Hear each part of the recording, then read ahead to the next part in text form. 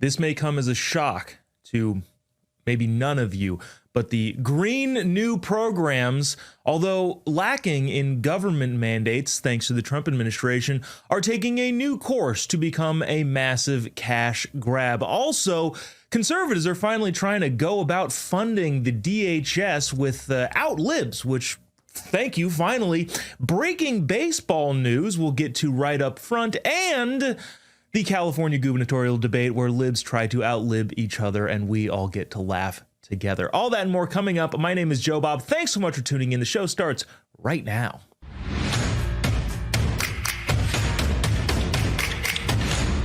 You know, right up front here, we'll get this out of the way. A sad day has befallen all of us. The Mets have broken their 12-game losing streak.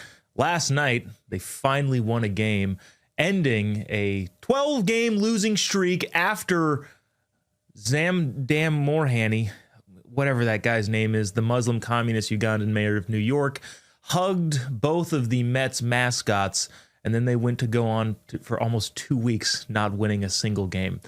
Unfortunately, the Mamzani curse is over, unless you're a Mets fan, in which case, keep that guy out of your stadium and out of your politics if you can. Unfortunately, he's going to be around for a while, but he could lead to baseball losses aplenty.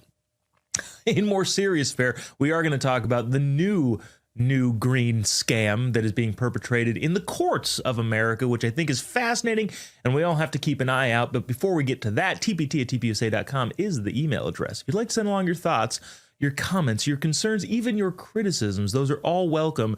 tpt@tpusa.com. And remember, if those emails are vile, disgusting, nasty, and downright mean, the chances of being read on the show actually go up significantly. In our mailbag segment of the show, tpt@tpusa.com, if there's stories we should be covering, if there's stuff that we've missed, if there's stuff that isn't getting any airtime anywhere else, we might actually take a look at it here. tpt@tpusa.com. Next Tuesday, I will be at the This is the Turning Point tour at the University of Idaho, April 28th. If you'd like information on that, it is myself, Michael Knowles, and Matt Walsh.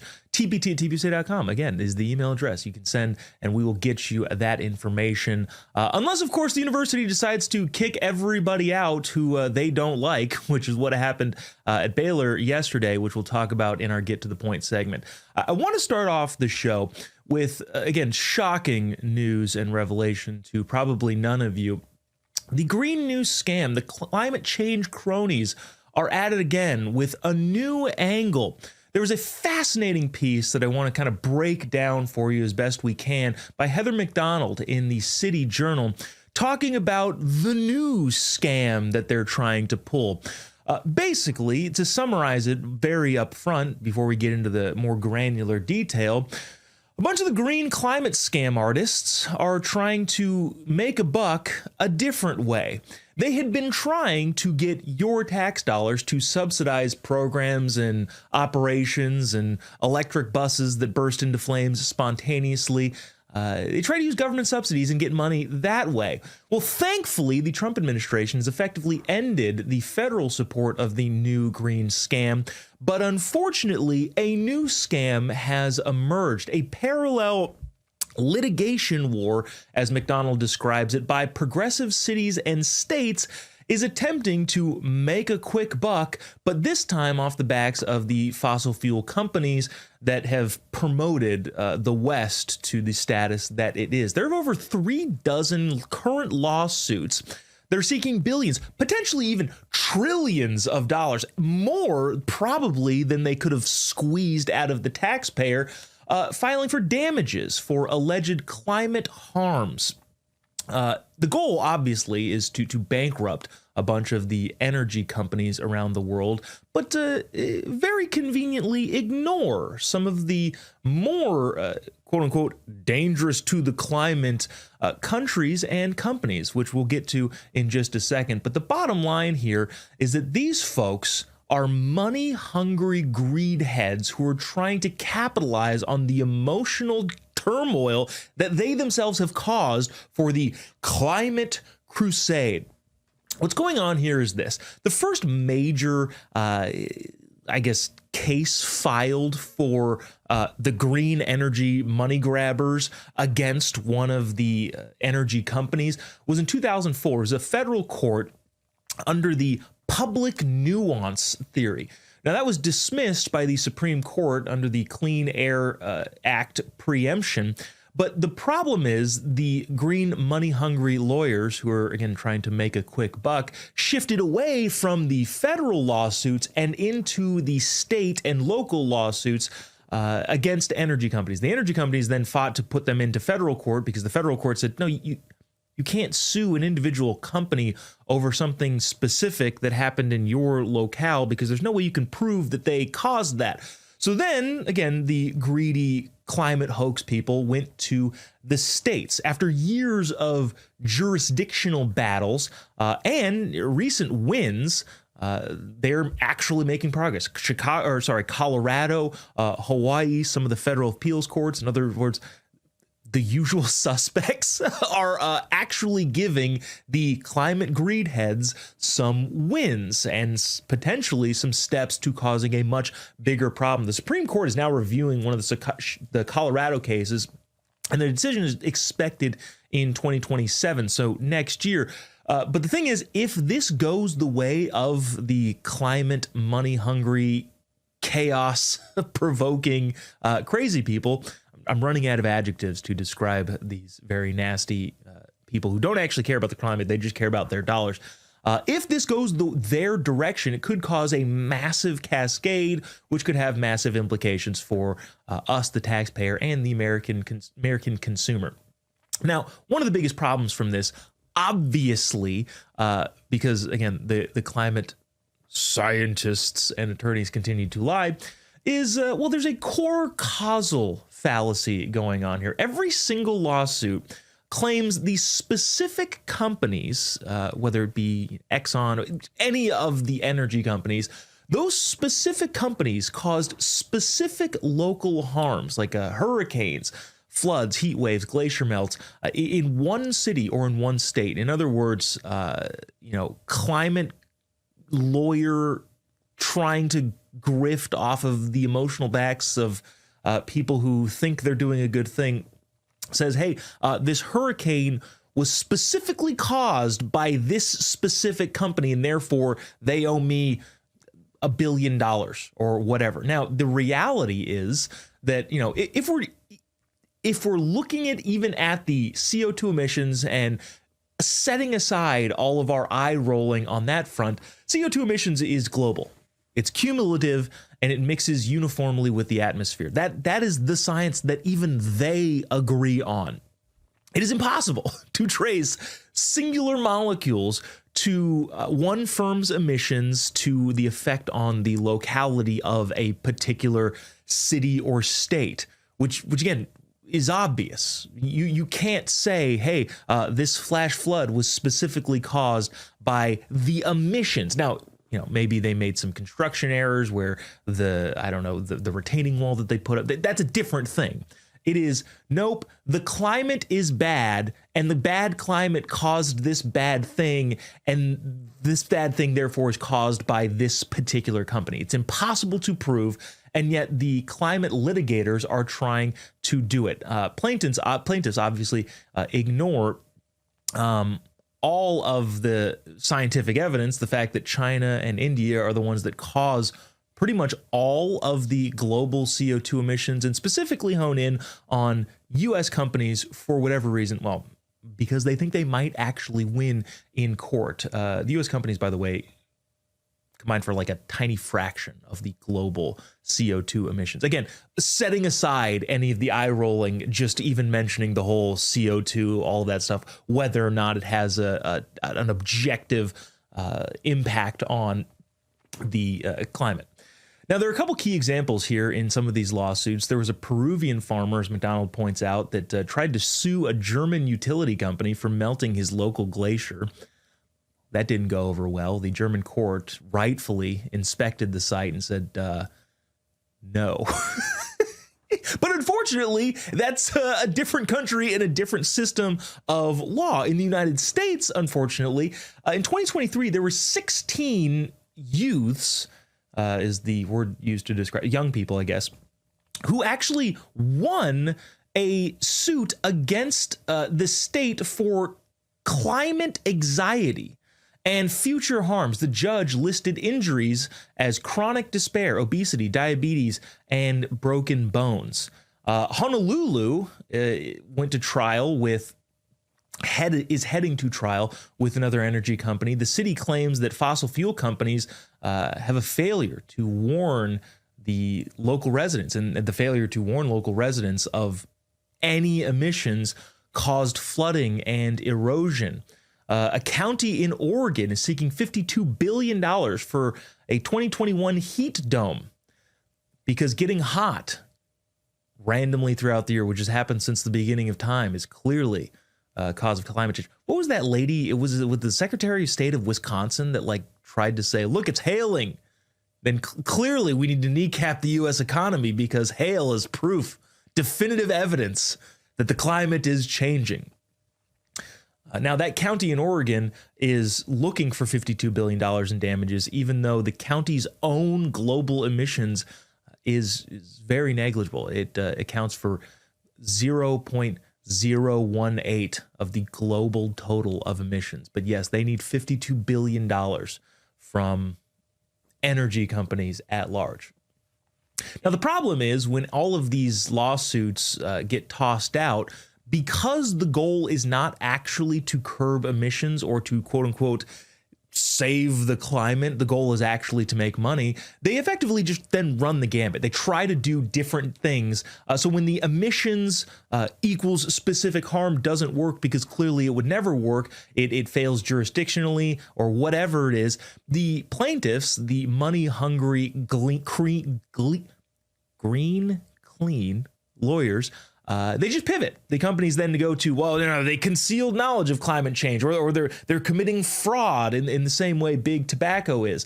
The argument is that had these companies warned people would have adjusted their consumers would have adjusted their behavior. We would have not done X, Y, Z had we simply just been warned. As if to say, yeah, there's been no warning whatsoever. The climate crazies have not been out in full force for the last 2 decades trying to scare every single person, 2 decades, 5 decades, trying to scare everybody that the world is coming to a calamitous end. But of course, that's not the case. Everybody in the climate world sector has been screaming about this for decades, so that argument doesn't really hold water. The public, in reality, has been flooded with warnings since the 1960s. And remember, too, it was called global warming, and then all of a sudden it got cold. So they're like, wow, crap, this doesn't work. It's not warm anymore. I mean, there were times during this winter where I felt I could really use some global warming. But I digress.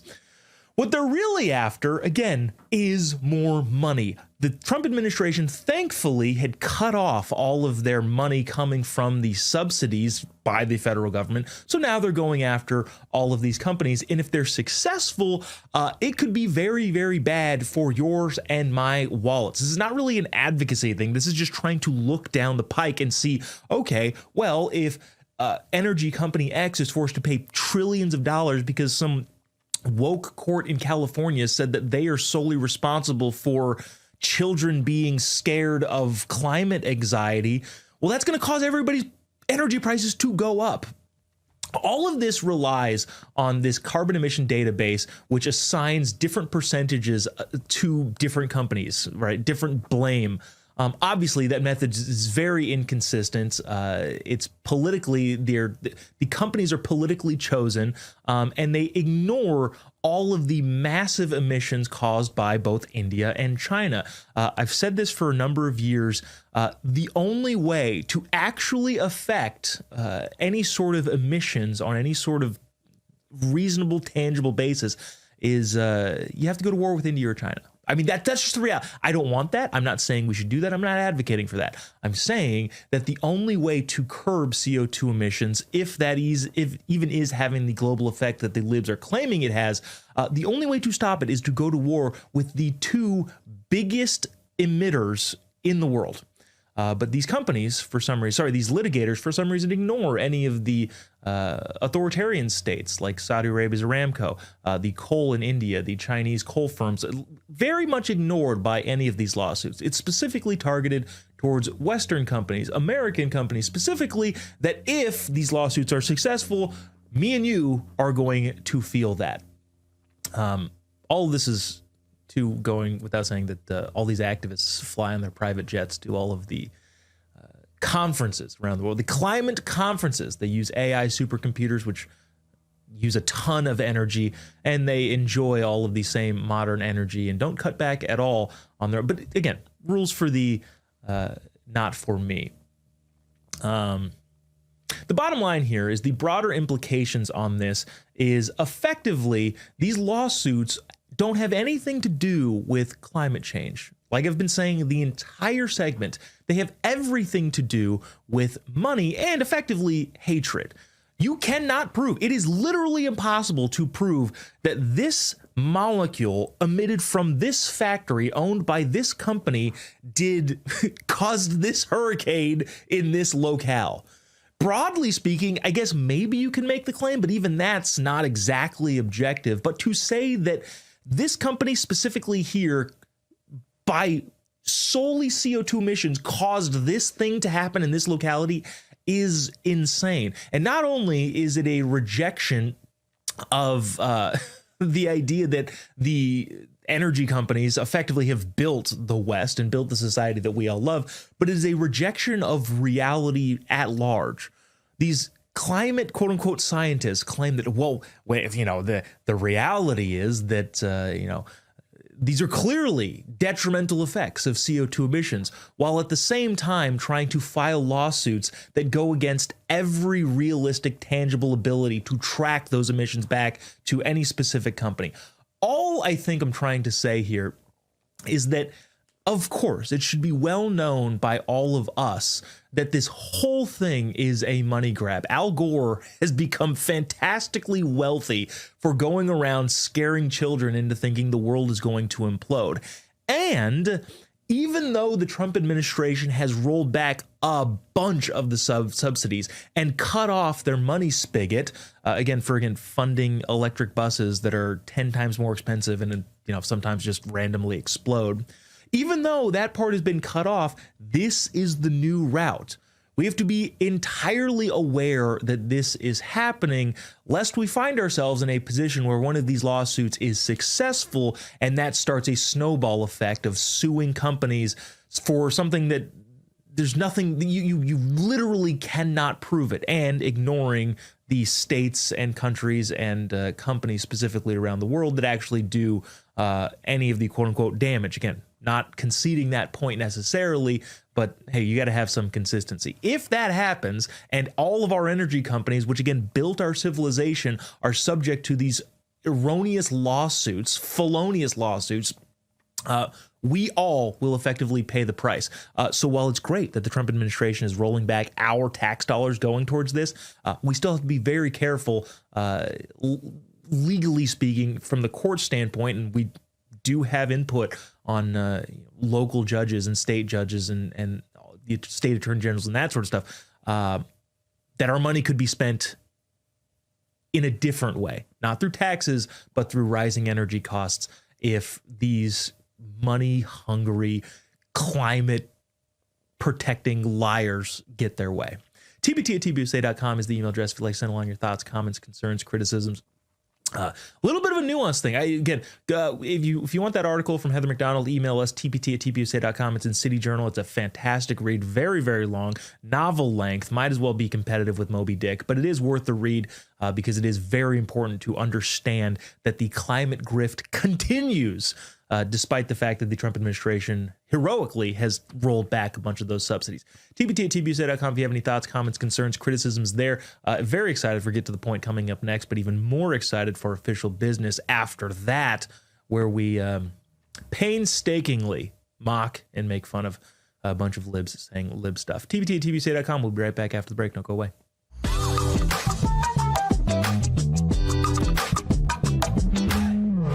Everybody hates Beth. She eats all the food she loves and stays slim. Kim starves herself down. When it's breaking, we're moving. Breaking news. Breaking news. News doesn't sleep. At Real America's Voice, we don't get to crash or lose focus. That's why we drink Soldier Fuel and take Go Pills to stay ahead of the chaos, because we do this for you. Go Pills and Soldier Fuel locked in. Go Pills are packed with neurotransmitter support. Soldier Fuel has no sugar, so no crash. Now that's a game changer. Mic on, lights up. Soldier Fuel keeps me dialed right in. Both are used by the U.S. military every day. Built by Patriots for Patriots. And they're now available to you. This is huge. Scan the QR codes below and order your supply today. Hear that pop? So good. Go to buysoldierfuel.com or search on Amazon. This is performance fuel. Clean energy, sharp mind. That's how we do it at RAV. Visit buygopills.com and get 15% off automatically. Go Pills and Soldier Fuel. Let's go. At Real America's Voice, we know that you want to be a part of something bigger. That's why we've teamed up with AMAC, the Association of Mature American Citizens, to build a real community of folks who care about faith and our country's future. There is no force on earth that can stop us from saving our country. Want to be a part of this movement? It's easy. Just scan the QR code on your screen right now. That's right. Grab your phone and scan the QR code to join the AMAC and Real America's Voice family today. By scanning the QR code, you'll unlock exclusive content, connect with like-minded Americans, and be first in line for events that celebrate our shared values. So don't wait. Scan the QR code. Join us today and become part of a community that stands for faith, family, and freedom. Real rights, they come from God. With AMAC and Real America's Voice. Go ahead. Scan the QR code now. My name is Sandy Zeiss. RAV is the greatest for me because I live alone, and when I'm watching in the morning, have my coffee, I feel like I'm talking with family.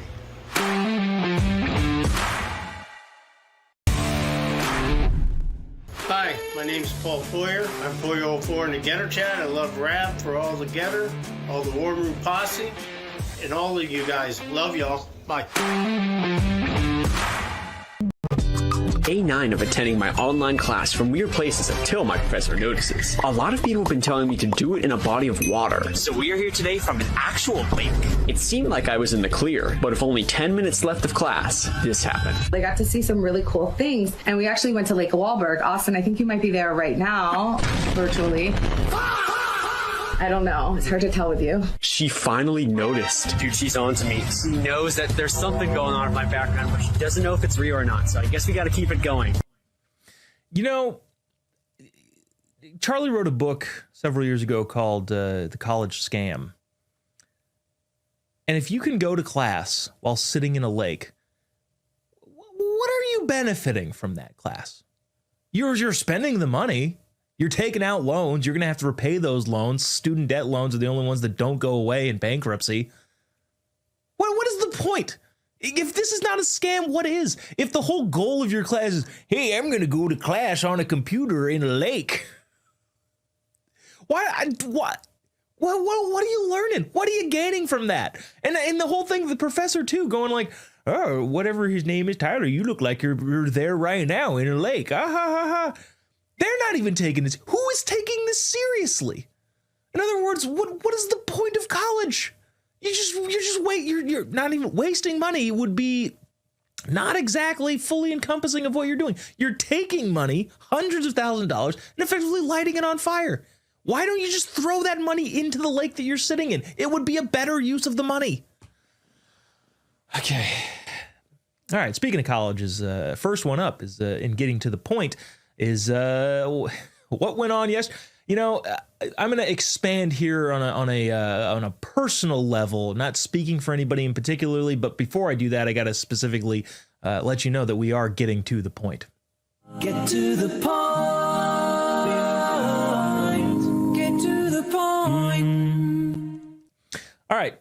First point up. Yesterday, Turning Point USA did an event, actually did multiple events, still an objective leader in the event space, doing the Pastor Summit, I believe, in Dallas, Texas, and then an event at Baylor University with Tom Homan, Benny Johnson, a couple other people are on that docket, I think, too. But this from Breitbart, Turning Point USA, Baylor University sabotages event featuring border czar Tom Homan. Now, I don't want to get too nitpicky with the terminology here, but I will say this, and I'm not speaking on behalf of anybody, I'm just speaking on my own personal experience, having done a number of events on college campuses. This sort of thing is not out of the ordinary, unfortunately. Not condoning it, not dismissing it all. I'm just saying that colleges and universities that are generally run by woke people, not even specifically Baylor, but just college universities at large, are run by people who really, really, really, really want to keep conservative ideas off campuses. Now, fortunately and thankfully, there are several laws, both at the state and federal level, that don't allow them to do that. Hey, you're allowed to express your opinion, especially on a university that gets a lot of funding from either the state or the federal government. You have to be allowed to do that. So schools, in a lot of cases, still decide, well, we're going to mess around. We have to let them talk, but we're going to make sure that they do it under our quote-unquote rules. This has happened a number of times where schools change the rules leading up to the event. Hey, actually, you have to go into this venue over here, or you have to be put over to the side here, and they do it last second, and they say, well, you have to have a specific guest list, and if you weren't on the guest list, then there's no way of attending. Again, speaking from my own personal experience, we were at an event at a Southern California university. I'll just leave it at that. Now, these events are open to the public. We welcome everybody because that's what conservatives do. You're welcome and free to come to the event. We would love to have you there, especially if you disagree with what we have to say. There's usually no problem there. This particular event that happened a couple years ago, my mom wanted to come. She lives in Southern California. She wanted to come to the event, and I said, sure, yeah, everybody is welcome. She's driving on her way to the event. I then have to call her because while at the event, was informed, well, you had to sign up for this event and give all of your information, and that registration closed 2 weeks ago. In other words, we are cutting off everybody from this event. We are allowing you to have it, the university said. You can have the event, but we're going to make it as difficult as humanly possible for people to attend this event. I was not there. I haven't talked to anybody specifically about this event that happened in Baylor yesterday, but considering the fact that this is a common occurrence, unfortunately, on several universities, that seems to be what went on here. Now, despite that, there was still a pretty great turnout. I saw some pictures from the audience, looked pretty good. But what I gather from this, again, speaking for myself, not having really talked to anybody on the events team, is that I would imagine that this sort of thing happened yet again. And unfortunately, not something that we're not already used to, especially as conservatives trying to speak on college campuses. Unfortunately, it's a very hostile environment with people who don't want you to come on campus. And while they legally have to, they will bend and twist their own rules to make it as difficult as humanly possible to get people in the audience there. Let's see. I mean, that's that, we will be fighting that battle continually, and know too that we're not going to give up. That this sort of stuff does not deter us in any way, shape, or form. We're going to go back as often as possible and make sure that you can't dissuade us from continuing to spread truth. Speaking of spreading, how's that for a transition? I don't know if it entirely works, but spreading not necessarily truth, but possibly bad societal and cultural norms. This is actually really interesting because it is, in my understanding of it, very theoretical. This from Gallup: how migration could reshape populations and labor forces. Now, that title, I think, is a little bit misleading because the premise of this is that Gallup's latest potential net migration indexed, the PNMI, saying NMI in reverse is that it sounds wrong in my head. PNMI. Yeah. I know that's the acronym. It doesn't sit right. I've said MN for my entire life, as you have too, reciting the alphabet. Of course, I do that every day. Everyone recites the alphabet every single day. But sorry, tangent, rolled off the tongue weird. The potential net migration index shows that if everyone who wanted to migrate could do it, the adult populations would continue to grow significantly in North America, Europe, Australia, and New Zealand, to which I say, no S. Hold on, you're telling me that if everybody in the world was able to move to the place that they wanted to move, people would go to North America, Europe, and Australia and New Zealand? Get out of town.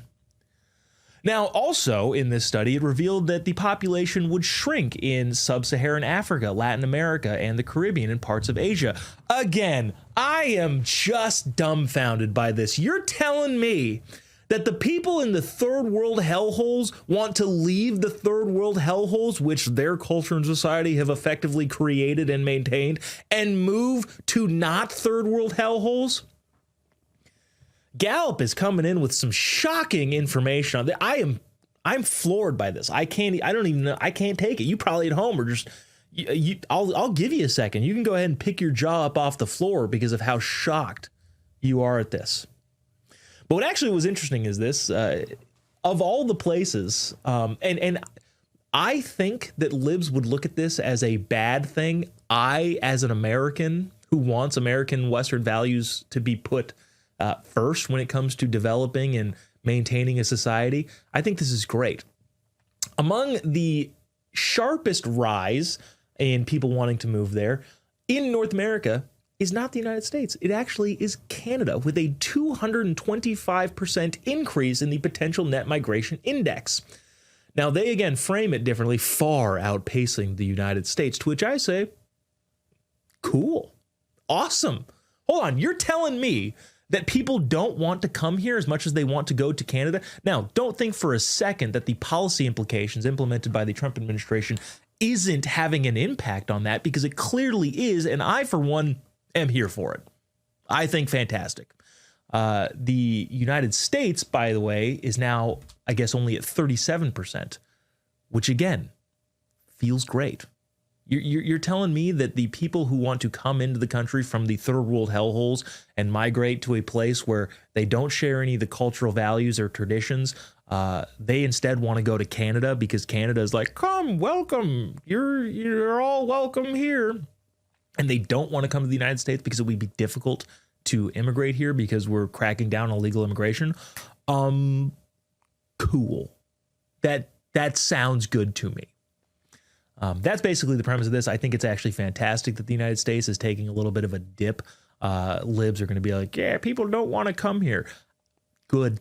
But they don't want to come here because we don't just let anybody in like we used to. They want to go to the places where they figure, they're going to hassle me less and I can go mooch their social services. Not here, baby. America's for Americans, which is a way of thinking and an ideology, not any sort of, in case I needed to clear that up, not any sort of nationality. Well, I mean, it's an American nationality. Ethnicity is what I'm saying. We're a creedal society, not an ethnic one. And if you don't want to share that creed, adios.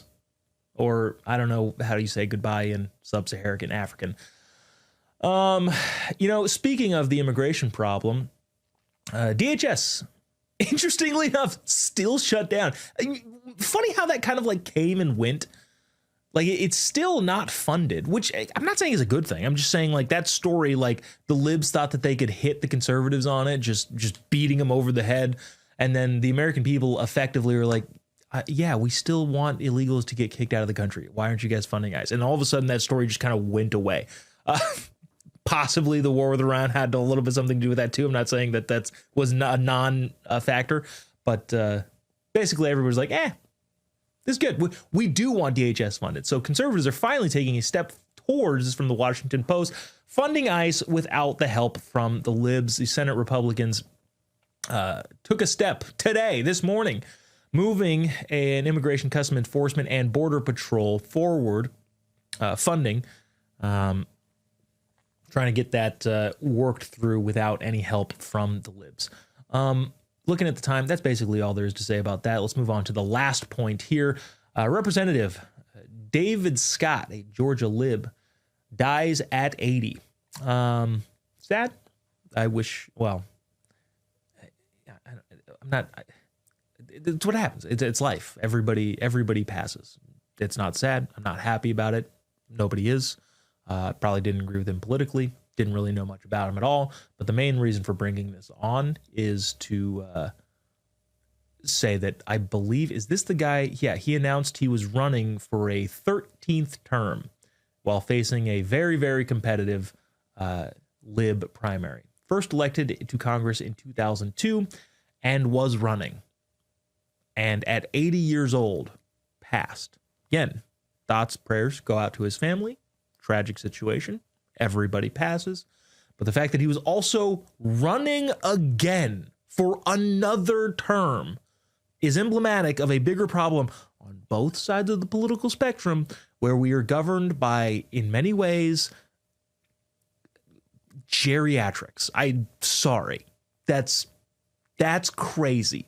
And I guarantee you, had he won his primary, the libs would have been rousingly behind him. This guy, they would have done the Joe Biden, Bernie, Weekend at Bernie's act yet again. He's fit and ready to go. He's the strongest, toughest, mentally equipped 80-year-old I've ever seen. And done that whole charade. All right, hey, lots of fun official business to get to. I want to make sure we leave enough time for that as I look at the clock, as we've run over time. So TBT at TPUSA.com. We'll be right back after the break. Don't go away.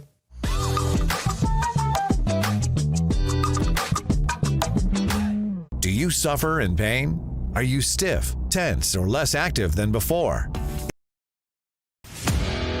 At Real America's Voice, we know that you want to be a part of something bigger. That's why we've teamed up with AMAC, the Association of Mature American Citizens, to build a real community of folks who care about faith and our country's future. There is no force on earth that can stop us from saving our country. Want to be a part of this movement? It's easy. Just scan the QR code on your screen right now. That's right. Grab your phone and scan the QR code to join the AMAC and Real America's Voice family today. By scanning the QR code, you'll unlock exclusive content, connect with like-minded Americans, and be first in line for events that celebrate our shared values. So don't wait. Scan the QR code. Join us today and become part of a community that stands for faith, family, and freedom. Real rights, they come from God. With AMAC and Real America's Voice. Go ahead. Scan the QR code now. When it's breaking, We're moving. Breaking news. Breaking news. News doesn't sleep. At Real America's Voice, we don't get to crash or lose focus. That's why we drink Soldier Fuel to stay ahead of the chaos, because we do this for you. So good. Soldier Fuel has no sugar, so no crash. Now that's a game changer. Here we go, all of us. Wow, that's good. I'm fueled up now. Used by the U.S. military every day. Now available to you. This is huge. Built by... Hi, my name is Danny Irizarry. I'm 5 feet and 4 inches tall, and I'm based in Los Angeles.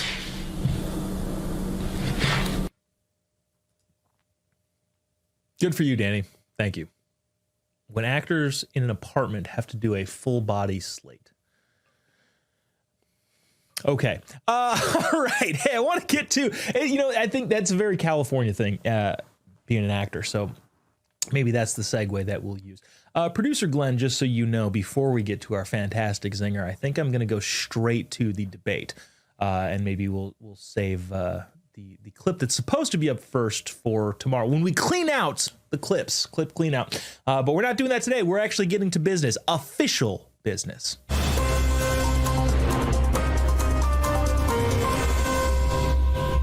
First up in official business. Let me just preface this with, I know several of you get tired of us talking about California, but I think it's important for you to know what is going on in the nation's poopiest state and hopefully laugh at the mockery of the crazy wackadoo progressive blue state of California. California had a primaries gubernatorial debate. I was telling producer Glenn earlier that a friend had texted me and said, I'm getting ready. I'm liquid couraged up and ready to watch the debate. To which I texted back, I'd rather light my hair on fire and pull my eyes out than watch the entirety of the California gubernatorial debate. That's not to say, though, that we can't bring on clips from that debate to mock the libs. Should truck drivers in California be able to do this crazy thing called read street signs? Well, libs' answer is, they're not answering it well. This is the California gubernatorial hopeful, Xavier Becerra, former HHS secretary, answering that question. Should truck drivers be able to speak English and read the signs in order to work as a truck driver? Cut 7. Should the CHP be giving English proficiency tests to truck drivers? And if not, would you as governor push back against the Trump administration on this policy? You have 60 seconds. I would definitely push back on the Trump administration on, again, a reckless policy. I would make sure that that officer understands that he cannot discriminate against any driver without having a basis to do so. I understood a little bit of what that individual was trying to say. I couldn't see the signs, but it certainly sounded like he was trying to describe what that particular sign was trying to represent. And so we have to be very careful that we're not profiling consumers in California, drivers in California. Yes, God forbid CHP issue a ticket to a guy who says, the sign say me go this way, I think. No say. God forbid there's any sort of discrimination against that guy who may not know how to use the air brakes and careen his truck into a family minivan. God forbid we allow those, we make those people do the most basic freaking function. Oh, should California truck drivers be aware of what a steering wheel is? Well, I'm going to go ahead and push back on the Trump administration for injecting themselves into steering wheel recognition capability. It's ableist, it's rude, and in fact racist. But we can't not play multiple clips from our favorite gubernatorial candidate, Congresswoman Batman, or Batgirl. I'm not entirely, maybe genderless Bat person. That joke may land, it may not. She dressed up like full-blown Batman costume on Halloween one year, and everybody looked at her like, you're a crazy person. But speaking of crazy, she doubled down on being a crazy person, and when asked, do you agree that schools should notify or not notify parents on their child's gender transition, here's her answer. Cut 8. Ms. Porter, Toby from Costa Mesa wants to know, do you agree with schools not notifying parents if their child identifies as a different gender? You have 30 seconds. It is between a parent and a child when a child chooses to have that conversation. The job of our educators is to teach them to read by 3rd grade. That is a really important benchmark to help them make the jump from Algebra 1 to Algebra 2, which opens the door to higher paying jobs. These are conversations for kids and parents to have with each other and their healthcare providers. This is not a role for schools to be policing personal decisions. Ms. Porter, thank you. Mr. Mahan. So thank you for that non-answer, Congresswoman Batman. But I do like how she pivoted there. This is not a conversation. Teachers should be focused instead on teaching kids how to read. I know we're not doing that in this state because the reading proficiency level is low at every single grade level, and people graduate from our high schools not knowing basic math or literacy, but that's what they should be doing. Which effectively implies, they're not.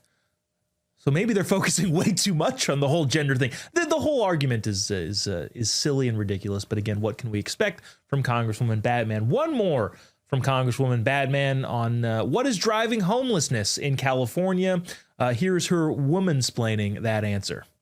Respond. You have 15 seconds. If you were in my class, Mr. Hilton, you would learn in my bankruptcy and consumer protection class that the majority of homeless people in California are actually working.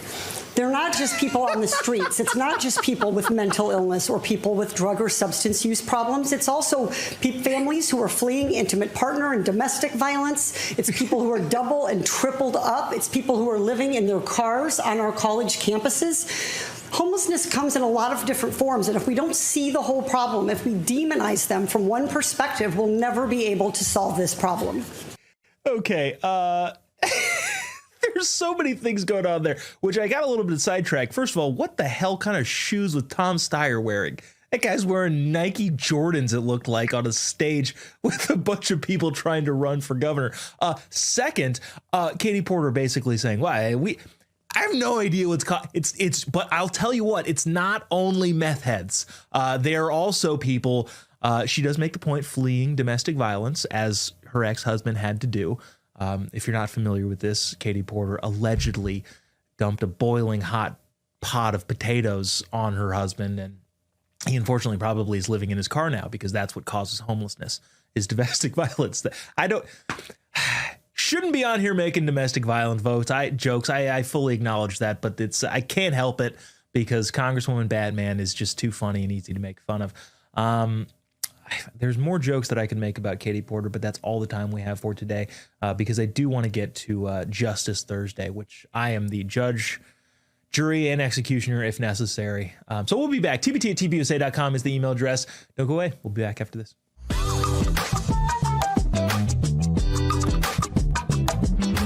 Everybody hates Beth. She eats all the food she loves and stays slim. Kim starves herself down. At Real America's Voice, we know that you want to be a part of something bigger. That's why we've teamed up with AMAC, the Association of Mature American Citizens, to build a real community of folks who care about faith and our country's future. There is no force on earth that can stop us from saving our country. Want to be a part of this movement? It's easy. Just scan the QR code on your screen right now. That's right. Grab your phone and scan the QR code to join the AMAC and Real America's Voice family today. By scanning the QR code, you'll unlock exclusive content, connect with like-minded Americans, and be first in line for events that celebrate our shared values. So don't wait. Scan the QR code. Join us today and become part of a community that stands for faith, family, and freedom. Real rights, they come from God. With AMAC and Real America's Voice. Go ahead. Scan the QR code now. When it's breaking, we're moving. Breaking news. Breaking news. News doesn't sleep. At Real America's Voice, we don't get to crash or lose focus. That's why we drink Soldier Fuel to stay ahead of the chaos, because we do this for you. So good. Soldier Fuel has no sugar, so no crash. Now that's a game changer. Here we go, all of us. Wow, that's good. I'm fueled up now. Used by the U.S. military every day. Now available to you. This is huge. Built by Patriots for Patriots. Now it's time for you to do the Soldier Fuel Challenge. Order Soldier Fuel, film yourself cracking one open, and taking the Soldier Fuel Challenge. Upload your video at soldierfuel.com/challenge, and you'll be entered to win a free shipment of Soldier Fuel. That's what I'm talking about. Your video could also be featured on air. Just scan the QR code on your screen or go to soldierfuel.com/challenge to enter. Drink with the Rav Hosts drink, Soldier Fuel. Let's go. I'm Christian Illinois. We like to watch Real America's Voice in the War Room with Stephen K. Bannon for all the great guests. Everyone from Kerry Lake, the great Frank Gaffney, Trump coming for retribution.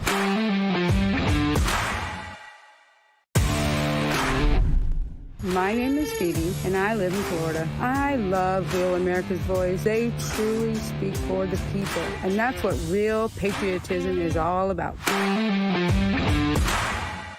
You guys want to know how stupid LA is? Okay, this right here is the famous Four Ladies of Hollywood statue, okay? It's got four famous iconic actresses from the golden era. A long time ago, like a few months ago, somebody crashed into this thing and destroyed one of the statues that holds up this pavilion, okay? It was Anna Mae Wong, the Asian actress. And instead of fixing the statue,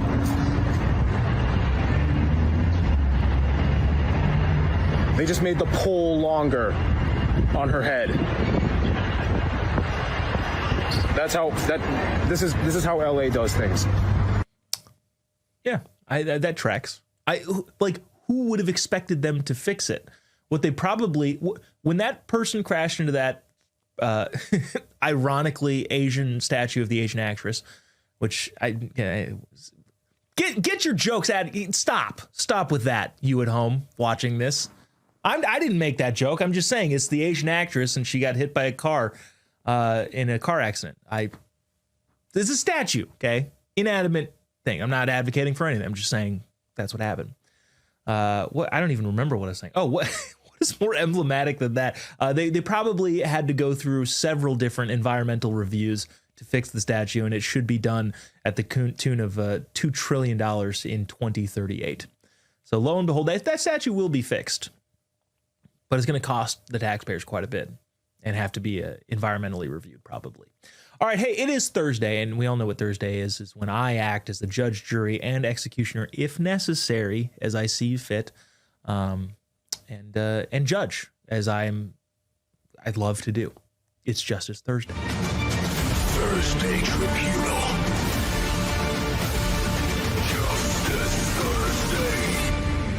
Up first in Justice Thursday, actually first, the only Justice Thursday, the prosecutors, which are myself, be seeking an indictment and a conviction against View host Sunny Hostin, who is doing girl math as girl math gets. Just play the clip and we will break it down and decide whether or not she is guilty of the crime against humanity of which she is accused. Yeah. You know, I just read that this war is estimated to have already cost us $50 billion. $50 billion, which is more money than this country has spent since World War II. And then in 2027, this president is asking for $1.5 trillion for defense, which would be more money spent in modern history on war. Why don't they just get rid of her already? This is unbelievable. I think what the American people want is good health. They want, right? They want good health care. They want good education. They want good housing. They don't want to spend $50 billion in a war of choice that is unconstitutional, Not a war of choice. illegal. It was his choice. It was his choice. Yes. It's a war of choice. And for this president to say, I'm going to end a war, well, sir, you started the war. You shouldn't have started it in the first place. Yeah. Wow, that's a lot of information to go on there. All of it wrong. But unfortunately, Ms. Hostin is not familiar with a very simple economic principle called inflation and the different adjustments that need to be made for inflation. For example, not only is she just factually wrong on the $50 billion mark, adjusted for inflation, the World War II alone would cost $5 trillion in today's dollars. I don't think we spent $5 trillion in Iran, according to her, with $50 billion. Not saying that's any small, insignificant amount of money, but the very small slice of the total defense budget is very minimal. Again, I'm not entirely sure. I think the problem again here is math. Her husband has the same issue. I believe her husband has been accused of fraud in medical billing a number of times because, the whole family just happens to be bad at math. Maybe they were educated in California government schools. I'm not entirely sure. But as the prosecutor, I of course do recommend bringing charges. And as the grand jury, I choose to indict. As the jury, I will convict. She is guilty. And as the judge, I will sentence her to having to redo third grade math, which I believe is where you learn about inflation. Thank you, Sunny Hostin, for participating in this Justice Thursday, and your sentence shall be carried out sooner than later. TPT@TPUSA.com is the email address. If you'd like to send along your thoughts, comments, concerns, even criticisms. We'll be right back after the break. Don't go away.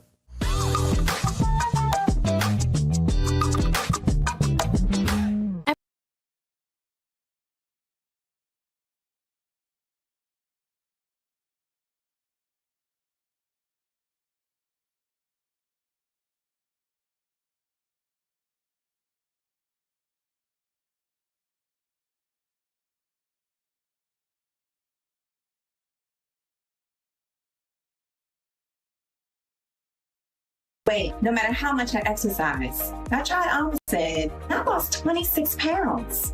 The reason you're having trouble losing weight could be a liver clogged with fat that's slowing your metabolism, making it very difficult to lose weight and stubborn belly fat. Almacid is a scientifically proven food supplement that uses natural amino acids and bioactive peptides to help unclog your liver and optimize your metabolism, so it's easier to lose weight.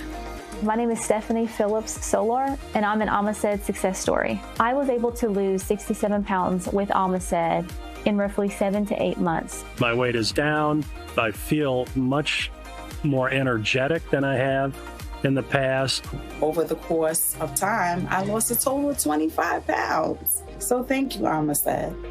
Almacid is all natural, supports healthy blood sugar levels, and it's diabetic friendly. Some weight loss plans have you feel weak and hungry, but Almacid will renew your energy, and you can lose weight and feel great. Almacid's unique protein can truly absorb in your body and aid with weight loss. Studies showed Almacid helps you lose double the weight compared to other diets. The fact is, Almacid works, and I highly recommend it. Go to almacid.com now to get started for just $39.99. That's $4 a meal. We guarantee you can lose weight or you'll get your money back. Be like Beth and get the unfair weight loss advantage with Almacid.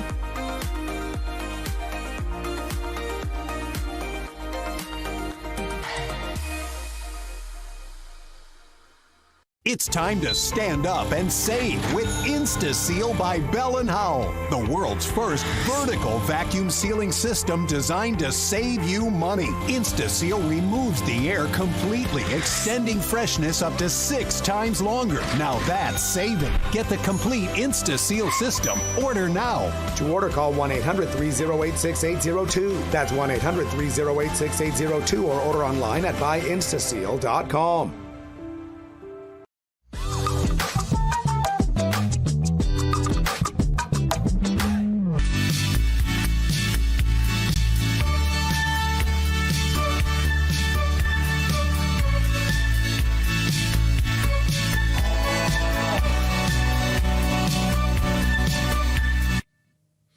Okay, so the text on this says, when you rush home from a long day at work and the love of your life is waiting. And the joke, obviously, being a woman, presumably his girlfriend, fiance, or wife, is waiting, and he goes to his cat. I'll have all of you know that producer Glenn selected this clip, as I believe he thought that it was already June, which is making the inference that it is Pride Month. As any self-respecting straight male would immediately go to his wife, and only one masquerading as one would go to the cat. I rest my case. TPT at TPUSA.com is the email address if you'd like to send along your thoughts, comments, concerns, criticisms. We're just gonna, because we don't have a ton of time for this, but it's mostly my fault for belaboring a little bit long. Let me get to this first before we go back into the pineapple pizza conversation, because it keeps continuing.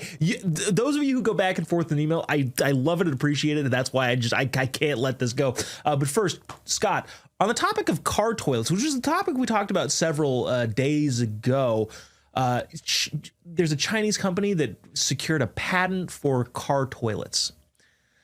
Scott wrote this about toilets. The toilet cars would actually be a great idea for California. You could just empty them on the sidewalk. Yeah, you know what? Scott, thank you for finding the silver lining. Yes, in the poopiest state in the nation, you wouldn't have to go to any sort of facility to clean out your car toilet. You just do the business, dump it on the sidewalk. Nobody will know, because that's what they use for paint in California, to coat the sidewalks for maximal slipperiness. I don't know. Fantastic idea, Scott. Kenneth from Arkansas wrote back, he said, good morning. I was tickled to hear my pineapple pizza comments on the air yesterday. You were correct. I know a lot of people with either 2 names or initials. That's right. That was the comment I made. He's from Arkansas, and I said, you probably know some Jobobs. And he said, yes. Kenneth, at the risk of having you email back a number of times, I would like to know, how many teeth on average do those Jobobs usually tend to have? Thank you for emailing. TPT at TPUSA.com. Thanks so much for watching the show today. Hello, Beth. I made sure to get that on here. We'll be seeing you tomorrow, same time, same place. God bless America.